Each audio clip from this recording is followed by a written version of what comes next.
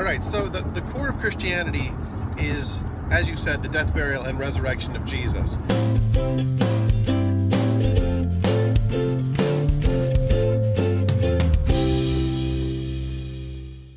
But as Richard Dawkins has pointed out, and he's apparently a smart guy because he gets on television all the time, dead men don't rise. So how do you begin to show somebody that they can and should believe that Jesus rose from the dead? Well, the big question is, can we believe in miracles? Can we believe that a supernatural being can invade the natural world and either suspend laws or do something different with the laws? And obviously, if there is a supernatural creator, he can do that. The very idea of the creation itself is a miracle. So what Richard Dawkins is really doing is he's saying it's impossible for Jesus to rise from the dead because Jesus rising from the dead is a miracle and there can't be any such thing as a miracle.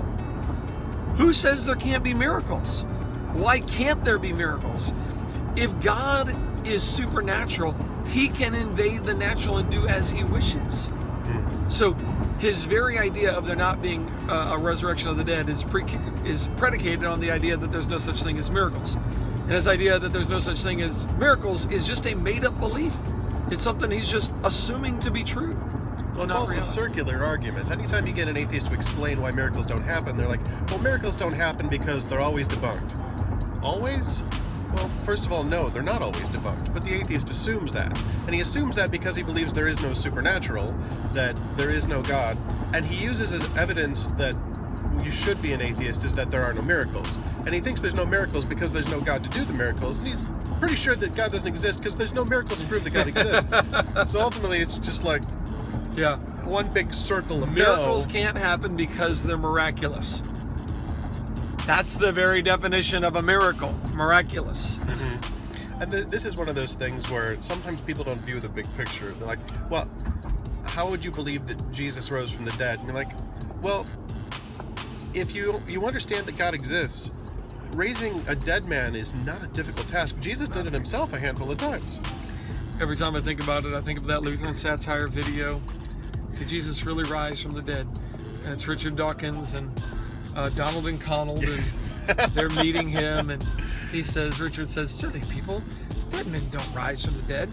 And Donald and Connell go, except for that one time Jesus rose from the dead. Yeah, that was awesome. That was awesome, yes. You silly simpletons, you can't believe that. Oh yeah, I'm supposed to be calling the people about lunch. Oh. Anyway, he says you can't believe that people rose from the dead because people can't rise from the dead. Except for all those people who rose from the dead.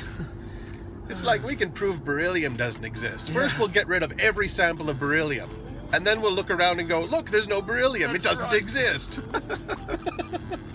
Brilliant logic. I love Brilliant logic. You always got to teach theology with cartoons or puppets. That's my philosophy. I like it. If you can't get a talking vegetable, at least get a puppet. How come you don't do more puppets? I should do more. I like puppets. Comment below if you want to see the Creation Today Puppet I Squad. want to see the... Oh, wow. What would they look like? Well, we'll start with sock puppets with googly eyes. I like it. You gotta start with the classics.